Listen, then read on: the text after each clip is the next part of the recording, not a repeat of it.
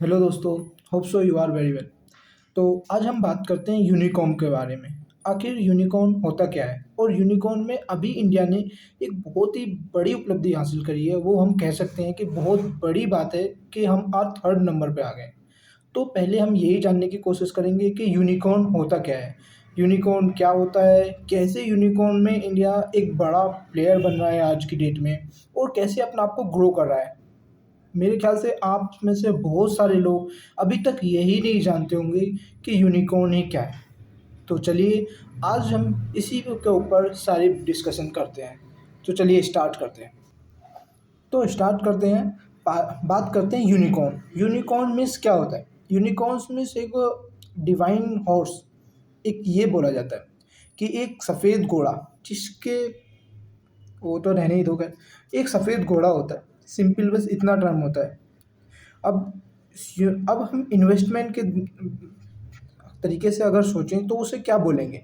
उसे हम बोलते हैं एक कोई ऐसी कंपनी जो 1 बिलियन से यूएस डॉलर से ज़्यादा की वैल्यूएशन रखती हो। हम उसे कहते हैं कि वो एक यूनिकॉर्न में आ गई है, वो यूनिकॉर्न में लिस्टेड हो गई है। तो ऐसी कंपनीज को हम यूनिकॉर्न में देखते हैं कि आखिर वर्ल्ड वाइड कितनी कंपनी पर पूरे वर्ल्ड संसार में यूनिकॉर्न में लिस्टेड हो रही हैं, कि एक तरह से यूनिकॉर्न की कैटेगरी में आ रही हैं, अपने आप को लिस्ट कर रही हैं। तो सबसे ज़्यादा आप ये बात सुन के हैरान हो जाओगे कि 2021 में इंडिया की 33 कंपनीज, मतलब 33 कंपनीज जो हैं इंडिया की, वो यूनिक एज ए यूनिकॉर्न में लिस्टेड हो गई हैं। मीन्स उनकी वैल्यूएशन आज 1 बिलियन डॉलर से ज़्यादा हो चुकी है। काफ़ी बड़ी उपलब्धि है। और अगर on an average per month का निकालें पिछले साल का, तो हर मंथ हम 3 यूनिकॉर्न प्रोड्यूस कर रहे हैं इंडिया में। 3 यूनिकॉर्न हम पर मंथ प्रोड्यूस कर रहे हैं इंडिया में।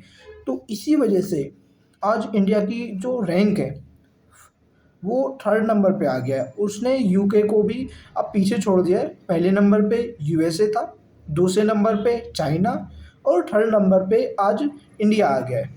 और इसके बाद में फ्रांस, जर्मनी, ब्रिटेन, फलाना बहुत सा, इटली, जापान, इज़राइल और या अदर कंट्रीज़ हैं। पर हमारा देश आज थर्ड नंबर पे आ चुका है। तो ये एक बिग अचीवमेंट है इंडिया के लिए कि इतना बड़ा हो रहा है। तो मोस्टली जो हम जानते हैं कंपनीज जो इंडिया में यूनिकॉर्न में एज ए लिस्ट हुई हैं, वो जो लास्ट ईयर यूनिकॉर्न में लिस्ट हुई हैं उनके नाम है हेल्थ में इनोवेशन, सोशल में मीशो और फार्मा में ई फार्मा, फार्मा इजी के नाम से जो कंपनी अभी चल रही है, आपने नाम भी सुना होगा, फार्म इजी। तो वो अभी यूनिकॉर्न में लिस्ट हुई है पिछले साल ही। ऐसी 33 स्टार्टअप्स जो इंडिया में हैं वो अभी लिस्टेड हुए हैं एज ए यूनिकॉर्न। तो बड़ा अचीवमेंट है। हमें, हमारे लिए तो स्पेशली है ये कि इतना बड़ा अचीवमेंट हमने जाना है। तो अब हम यूनिकॉर्न में लिस्ट जो कंपनी हो गई हैं तो वो कैसे लिस्ट तो हो रही हैं, अच्छा खासा ग्रोथ कर रही हैं, वो काफ़ी अच्छी बात है। पर हमारे पास इंडिया में ऐसे भी यूनिकॉर्न हैं जो पहले से ही वर्ल्ड वाइड अच्छा काम कर रहे हैं, जो कई देशों में पहले ऑलरेडी प्रोवाइड कर रहे हैं। आज हमारे इंडिया की लगभग मोर देन 100 से यूनिकॉर्न ऐसे हैं जो वो या तो भारत में है या फिर आउट ऑफ इंटरनेशनल लेवल पर वो काम कर रहे हैं। तो ऐसे लगभग हम कहेंगे कि 94 जो यूनिकॉर्न है वो इंडिया में ही रन कर रहे हैं और लगभग 64 आउटसाइड इंडिया काम कर रहे हैं जो यूनिकॉर्न है भारत से अभी डिफरेंट डिफरेंट कंट्रीज़ में काम कर रहे हैं। हम किसी को भी ले सकते हैं, जैसे एक एग्जांपल लेते हैं, डायमंड डिलीवरी यूनिकॉर्न है इंस्टाकार्ट, जो डिफरेंट कंपनी, मेरे ख्याल से ये यूके में काम कर रहा है डायमंड डिलीवरी का। तो ऐसे ही हमारे काफ़ी यूनिकॉर्न हैं। और जो अभी रिसेंटली लिस्टेड हुए हैं जैसे नायका हुआ, फ्लिपकार्ट हुआ, भारत भारत पे हुआ, ओला, पेटीएम, ये अभी काफ़ी इंडिया में चल रहे हैं। ठीक है। और जितने भी ये लिस्टेड हुए हैं तो उनके या तो इनके हेडक्वार्टर जितने भी हैं या तो 1/3 जितनी भी कंपनीज हुई हैं, उनके हेडक्वार्टर 1/3 का तो या तो 1/3 तो उनका हेडक्वार्टर बेंगलुरु में है, या फिर अदर जो हैं या 20% जो उनका हेडक्वार्टर है वो दिल्ली में है। तो ये भी अभी मालूम पड़ा है, एक रिसेंटली रिपोर्ट के पब्लिश हुई थी, उसमें ये मालूम पड़ा है कि 1/3 जो हेडक्वार्टर है वो बेंगलोर में है और अदर जो हेडक्वार्टर है वो दिल्ली में है। और हम ऐसे बात करते हैं कि आखिर ऐसा क्या चेंजेस हो रहे हैं इंडिया में कि जो सब कुछ हो रहा है इतनी तेज़ी से। तो पहला रीज़न तो यही है कि हमारे यहाँ जनरेशन पॉपुलेशन बहुत ज़बरदस्त है। इतना पॉपुलेशन है कि थामना भारी है फिलहाल तो। अभी बात करते हैं कि जो कुछ इस तरह से लेते हैं कि जो उन सन वाइज डिवाइड करते हैं, तो सन वाइज डिवाइडेड करें तो एक डिविडेशन है उसमें। एक बात के 1981 से 1986 1981 टू 1996 में जो जनरेशन हुई है उसे कहते हैं मिलीनियल्स। और जो 1997 से 2012 के मिले उस उस जनरेशन को हम बोलते हैं जनरेशन जेड। तो इनकी जो टोटल हम दोनों को ही ऐड करें, दोनों की पॉपुलेशन वो 50 करोड़ से ज़्यादा है। 50 करोड़ से एक मॉर्गन स्टैनले एक वेबसाइट है मॉर्गन स्टैनली की, तो उन्होंने एक डाटा दिया था। उन्होंने ये बताया कि 2020 तक जो ये इतना बड़ा पॉपुलेशन है ये इंडिया का, जो खर्च करना चाहता है, और वो खर्च करेगा 2020 तक 330 बिलियन पर ईयर का। 330 बिलियन पर ईयर वो खर्च करेगा। मीन्स अगर हम देखें जो 1981 से 1996 के जो मिलीनियर्स हैं वो लोग थोड़ा ऐसे हैं कि वो सभी में इन्वेस्ट करना चाहते हैं। वो खर्च ज़्यादा करेंगे, खर्च अच्छा करेंगे, अपना खर्च करना चाहते हैं, कमाना ज़्यादा चाहते हैं, प्लस जितना भी है अपने पास सेव नहीं करना, वो उसको या तो स्टॉक मार्केट में लगा देंगे या म्यूचुअल फंड में लगाएंगे या किसी और प्रोग्रेस में जिससे उनको ज़्यादा इनकम हो, ऐसे कामों में लगाएंगे। अब जो 1980 से पहले के लोग हैं वो हमेशा उन्हें डांटते रहते हैं या फिर बोलते रहते हैं कि इस तरह से खर्चा मत करो, ये वो वगैरह वगैरह। और जो इतना खर्चा लोग बाग कर रहे हैं तो उससे कहीं न कहीं इंडिया के टूरिज़्म पे और सभी लोग जितने भी अब फ्लिपकार्ट वगैरह हैं उनसे ऑनलाइन डिलीवरी शॉपिंग होने लग गई है आज। तो ये सब उसी के बदौलत चेंजेस हो रहे हैं। तो अब कैपिटलिस्ट के बारे में बात करते हैं कि जो कोई भी हुआ, कोई भी कंपनी खड़ी हुई तो उसे कैपिटलिस्ट कैसे होता है? एक अगर पहला बात करते हैं वेंचर कैपिटल। वेंचर कैपिटल वो होते हैं जो खुद में कोई कंपनी होती है। ये होती है वेंचर कैपिटल। और दूसरा होता है एंजल इन्वेस्टमेंट, जो कोई इंडिविजुअल इन्वेस्टर होता है। ठीक है।